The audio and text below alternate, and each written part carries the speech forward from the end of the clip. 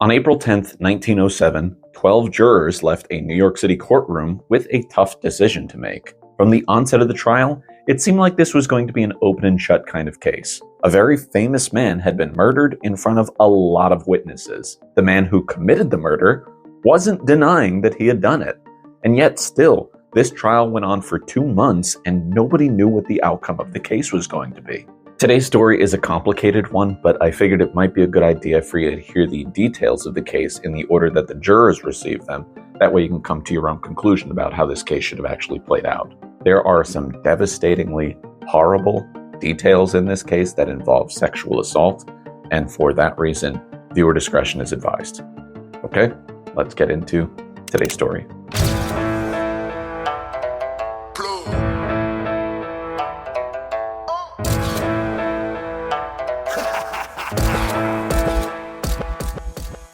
In January of 1907, approximately 600 people were questioned to determine who should sit on the jury for what many were calling the trial of the century. A murder had taken place at the Rooftop Theater at what was New York's second Madison Square Garden. The man who had been murdered was the architect of said Madison Square Garden. His name was Stanford White.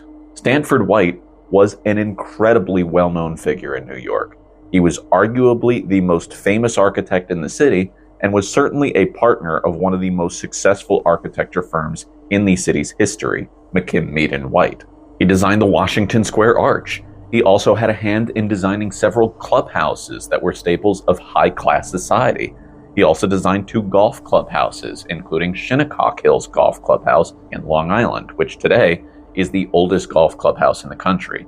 McKim, Mead & White brought us buildings like the Brooklyn Museum, the Bowery Savings Bank, much of the Morningside Heights campus of Columbia University, the Morgan Library, and the original Penn Station. If we were to leave the city, they were the firm behind the Boston Public Library, the Harvard Business School, buildings at Princeton University, Brown University. They renovated the east and west wings of the White House. This is clearly a powerful man. Sitting in the defendant's chair was the man who shot White 3 times, twice in the head and once in the shoulder. He too was a very powerful man. His name was Harry Kendall Thaw. He was the heir to a $40 million fortune as the son of a Pittsburgh railroad baron. His wife was America's very first pinup girl, Evelyn Thaw, who was roughly 14 years his junior. We don't know exactly what year she was born, but she was around 20 years old at the time of the murder. Harry was not denying that he had shot and killed White. In fact, he was proud of it. He shot White during the premiere of a Broadway show called Mam'selle Champagne. The house was packed. There were around 1,000 people in attendance. The trial began on February 4th. The stage was set. The jury filed into the juror's box at the Jefferson Market Courthouse. Justice James Fitzgerald entered the court and sat in the judge's chair, and the day began with a 7-minute opening statement from the prosecuting district attorney, William T. Jerome. In this opening statement, it was made clear that the prosecution would present eyewitness testimony describing the shooting.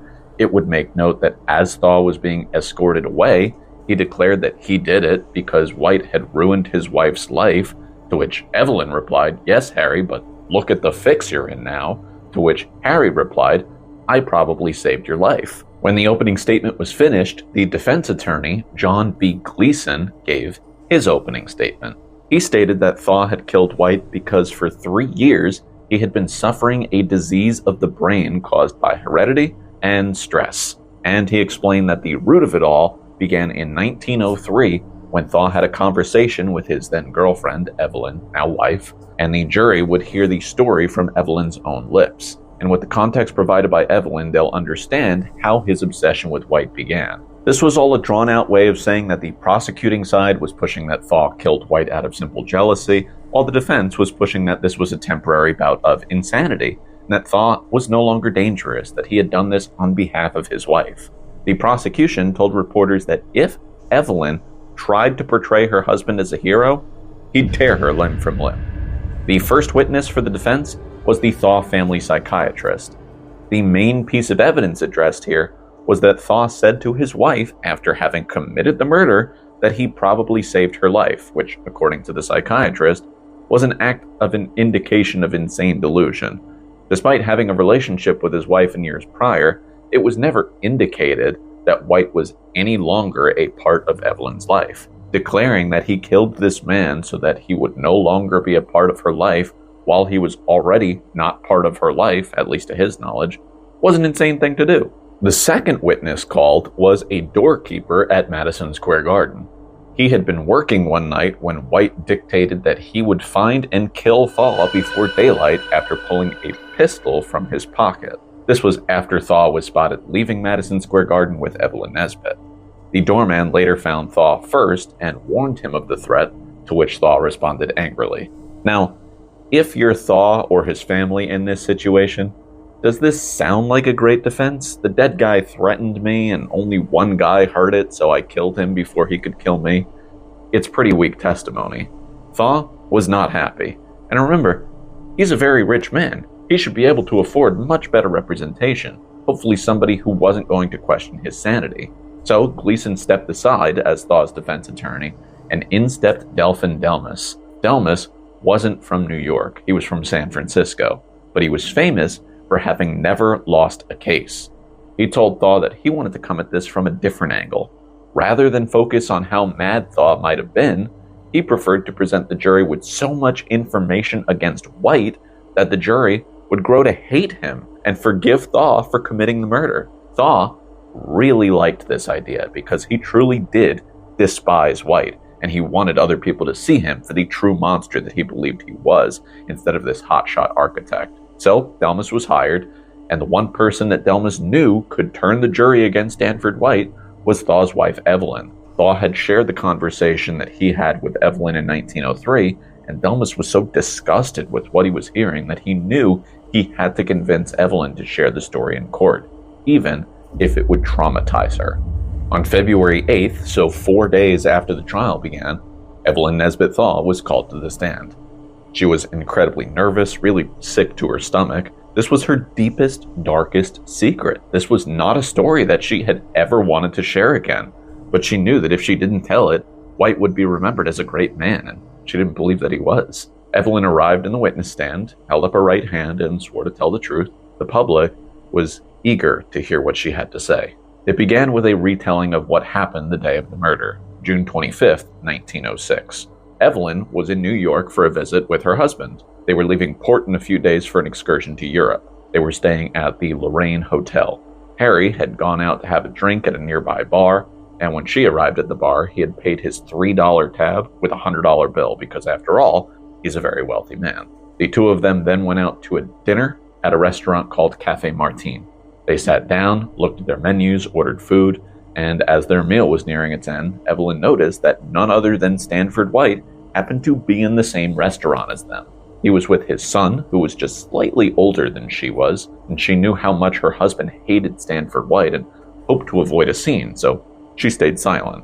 Harry noticed his wife's change in character and asked, what's wrong, and she alerted him. And to her surprise, he seemed to keep his emotions in check, but when they left, he retrieved his hat from the cloakroom and he slammed it onto his head with such force that the brim of the hat actually cracked. After they left, Harry seemed to calm down a little bit and surprised Evelyn with 2 tickets to Mam'selle Champagne at the open-air rooftop theater at Madison Square Garden.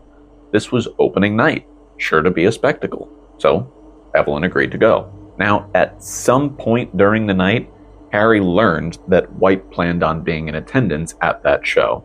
It's not clear when, but White did indeed show up and sat at his normal seat 5 rows from the stage. Evelyn was aware what was going on and suggested that the two of them leave. Harry agreed to leave, but before they could fully exit, Evelyn bumped into an old friend and decided to have a quick chat with her. During this quick interaction, Harry slipped away, and that's when he approached Stanford White. It was during the chorus girls' rendition of I Could Love 1,000 Girls that the gunshots rang out. Harry, no longer at Evelyn's side, she knew immediately that he had done it. "I did it because he ruined my wife," were the words he shouted, although some say it was actually ruined my life, not wife. Evelyn spent the next 2 nights with a friend to escape from the press, but at this point, nobody could really understand what the motive was. This was a rich man shooting and killing another rich man in front of 1,000 people. It didn't make any sense. But Evelyn knew exactly what the motive was, and it was at this point that Delmas asked her to explain the conversation she had with Harry in June of 1903. At this request, Evelyn was already crying. This part of the story might be a little difficult to listen to. The couple was in a hotel in Paris at the time.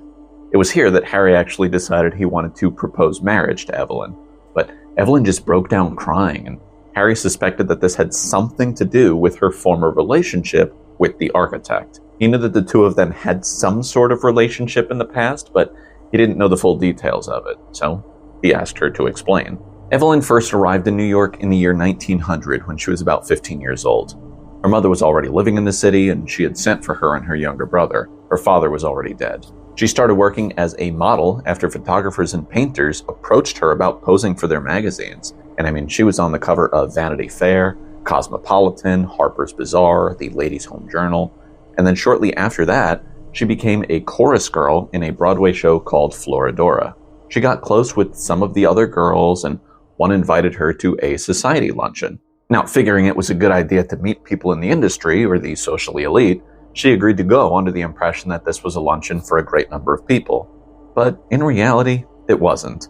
The luncheon was held at Stanford White's apartment. I'm not sure where his wife or son would have been at the time, but he was married and had a son that would have been going into college around then. The only people at the apartment were White, his friend, and the two girls. The girls were much younger than the men also, by about 30 years. White had this thick mustache that made him look terribly old in Evelyn's words. In reality, though, this just played up how much younger she was than the 46-year-old man.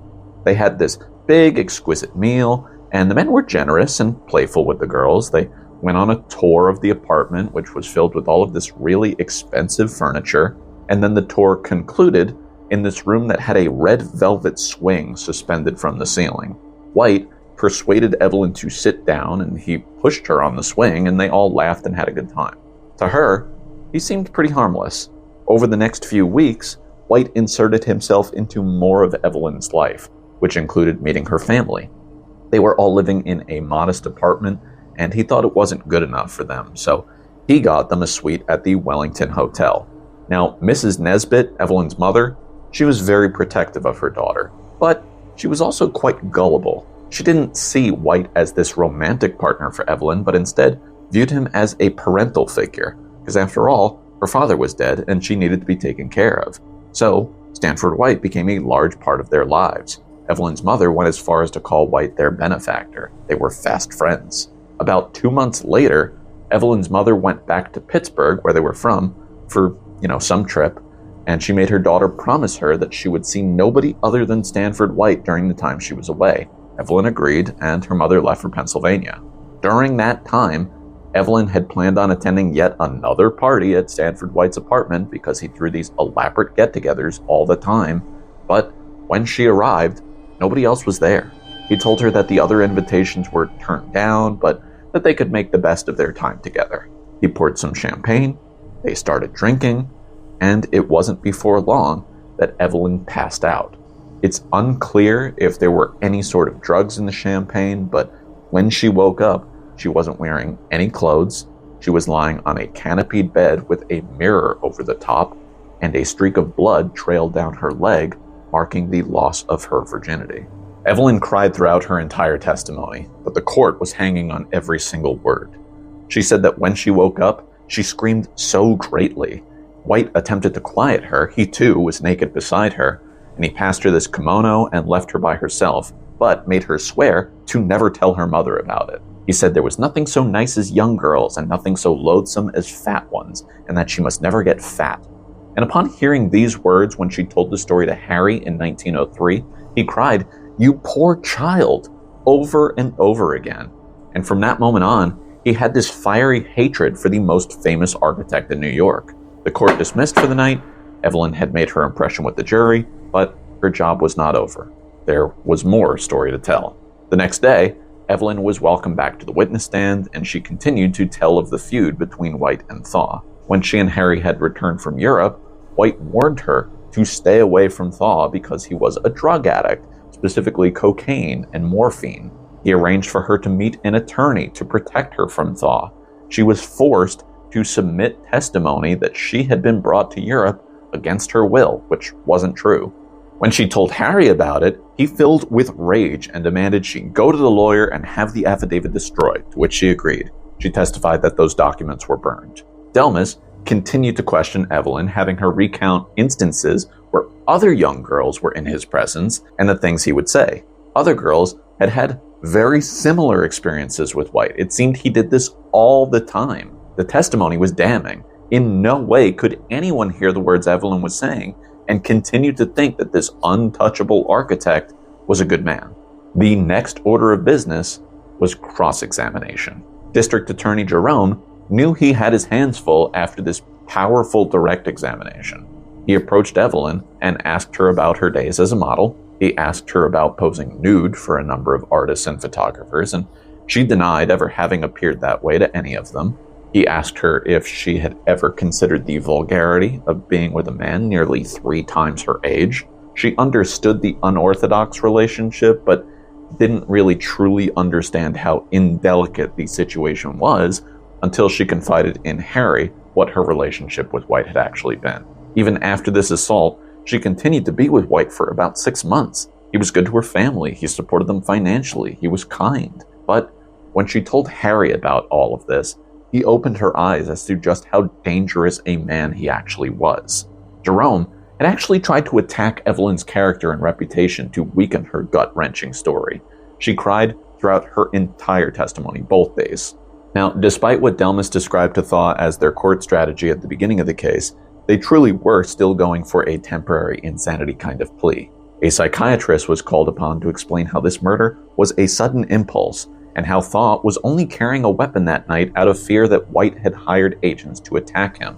The last witness the defense called was Thaw's mother. She went on to say that her son often cried himself to sleep and sometimes even failed to drift off because of this obsession over Stanford White ruining his life. And with that, the defense rested. Jerome saw that the jury was buying into the defense's strategy. He knew he had to do something if he was going to win this case. So he pivoted in a drastic way. As if this trial hadn't been enough of a whirlwind for Evelyn, Jerome presented a piece of evidence that the press called the most remarkable exhibit ever introduced in a New York law court. That piece of evidence was the supposed destroyed affidavit that White had supposedly forced Evelyn to give to protect her from Thaw. And in this piece of evidence were Evelyn's own words used to describe a different time she had been sexually assaulted. But this time, it was her own husband. Thaw apparently tried to choke her, whip her, and attack her until she was unable to move. He never made any excuse for what he had done, and the statement mentioned his cocaine addiction. A number of new psychiatrists were called upon to infer that Thaw was incredibly dangerous and incredibly insane. And then this shouting match erupted during the trial because of this. The prosecution was changing their entire strategy in the middle of the trial, but Jerome claimed to be within his rights to do so. He said that while Thaw was definitely insane, he was not insane in the eyes of the law, and he knew exactly what he was doing when he was doing it. The judge declared that a panel of experts were to be called in to determine the sanity of the defendant. The commission concluded that Harry K. Thaw was, in fact, a sane individual.